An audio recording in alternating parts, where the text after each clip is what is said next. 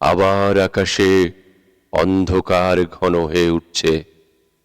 আলোর রহস্যময়ী সহদরার মতো এই অন্ধকার, যে আমাকে চিরদিন ভালোবেসেছে, অথচ যার মুখ আমি কোনোদিন দেখিনি, সেই নারীর মতো ফাল্গুন আকাশে অন্ধকার নিবিড় হয়ে উঠছে।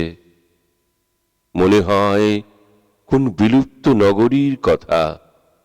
সেই নগরীর এক ধূসর প্রাসাদের রূপ জাগে হৃদয়ে।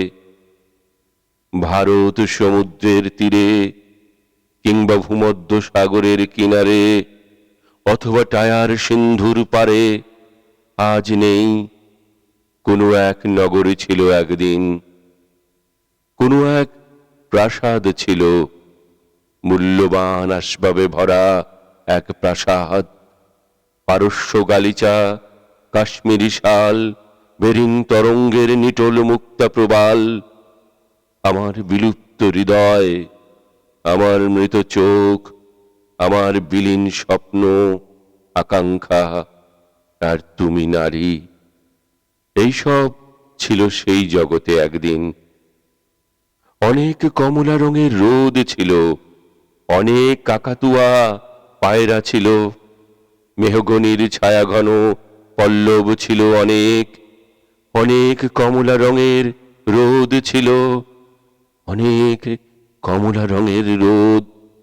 আর তুমি ছিলে, তোমার মুখের রূপ কত শত শতাব্দী আমি দেখি না, খুঁজি না। ফাল্গুনের অন্ধকার নিয়ে আসে সেই সমুদ্র পারের কাহিনী, অপরূপ খিলান ও গম্বুজের বেদনাময় রেখা, লুপ্ত নাশপাতির গন্ধ, অজস্র হরিণ ও সিংহের ছালের ধূসর পাণ্ডুলিপি, রামধনু রঙের কাঁচের জানালা, ময়ূরের পেখমের মতো রঙিন পর্দায় পর্দায় কক্ষ কক্ষান্তর থেকে আরো দূর কক্ষ কক্ষান্তরের ক্ষণিক আভাস, আয়ুহীন স্তব্ধতা ও বিস্ময়।